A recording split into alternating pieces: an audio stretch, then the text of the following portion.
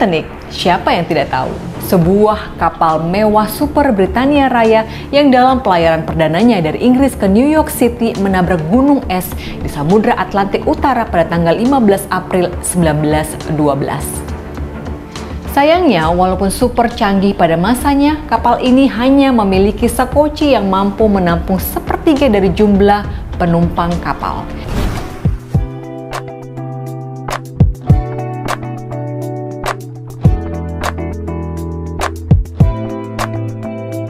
Masabumi Hosono dikenal sebagai satu-satunya warga Jepang yang selamat dari insiden naas tersebut.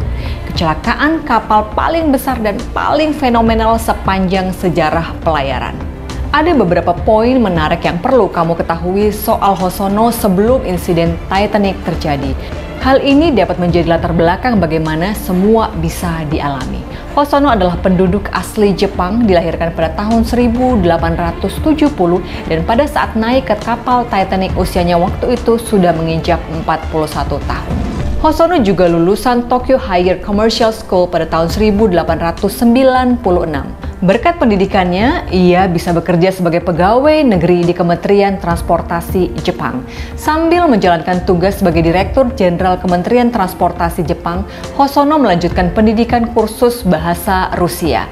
Dengan bermodalkan jabatan dan kemampuan bahasa, Hosono diutus oleh Jepang untuk menjalankan tugas ke Rusia, yaitu melakukan riset tentang teknologi perkereta-apian negeri beruang putih itu. Mengingat pada waktu itu Rusia memiliki teknologi kereta api yang sudah jauh lebih unggul.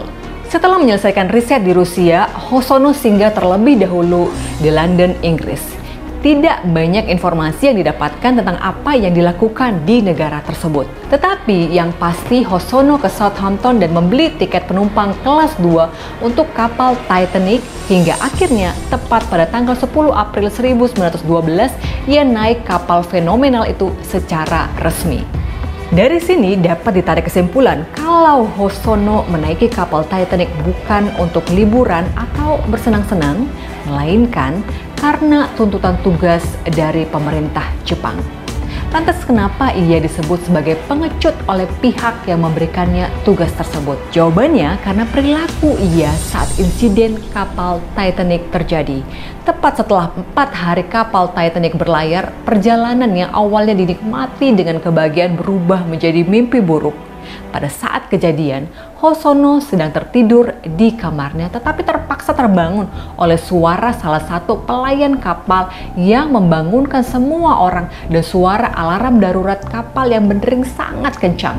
Walaupun awalnya ia mengira bahwa kejadian Titanic adalah sebuah latihan, tetapi setelah melihat langsung bagaimana kacaunya situasi kabin dan hebohnya orang-orang untuk berusaha menyelamatkan diri.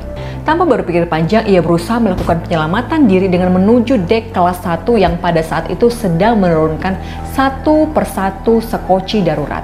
Masabumi Hosono tidak langsung disambut hangat oleh orang-orang saat ia menaiki sekoci darurat. Ia 3 kali tolak karena bukan penumpang kelas 1 yang seharusnya mendapatkan hak sekoci tersebut. Hingga pada akhirnya ia putus asa berpikir mungkin ini akhir dari hidupnya. Hingga tibalah keajaiban di saat sudah putus asa dengan kehidupannya, Hosono mendengar teriakan petugas di salah satu sekoci yang mengatakan ada ruang untuk 2 orang lagi. Seolah diberikan kesempatan emas, ia pun melompat ke sekoci tersebut.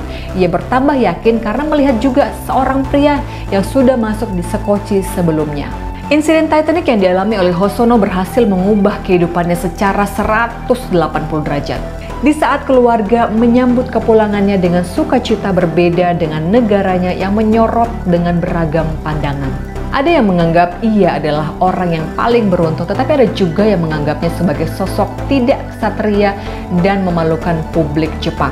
Salah satunya adalah Archibald Gracie yang menganggap bahwa Hosono adalah penumpang gelap yang menyelinap masuk ke sekoci kelas 1 yang jelas-jelas bukan haknya. Ini bisa dikatakan puncak dari segala puncak kepahitan yang harus ditelan pahit oleh Masabumi Hosono. Perilaku penyelamatan yang ia lakukan dinilai telah melanggar etika dan kehormatan Jepang. Bahkan dia pun sempat dipecat dari jabatannya walaupun beberapa waktu kemudian dia diizinkan lagi untuk bekerja. Tetapi tetap saja kata pengecut tetap menempel pada dirinya, bahkan sampai kepada keturunan-keturunannya. Kesabaran keluarga dalam beberapa dekade menemukan titik terang. Setelah mengetahui insiden Titanic akan dijadikan film, tentu keluarga ini dengan gesit berperan. Bahkan tidak tanggung-tanggung pada saat film Titanic akan dirilis, cucu Masabumi Hosono mempublikasikan surat yang ditulis oleh kakeknya untuk istrinya dengan harapan nama kehormatan keluarganya bisa kembali seperti sedia kala. Peluncuran film Titanic tahun 97 tentu berhasil menyorot perhatian siapapun. Dari sana bisa terlihat dengan jelas bagaimana kacaunya situasi yang terjadi pada saat itu.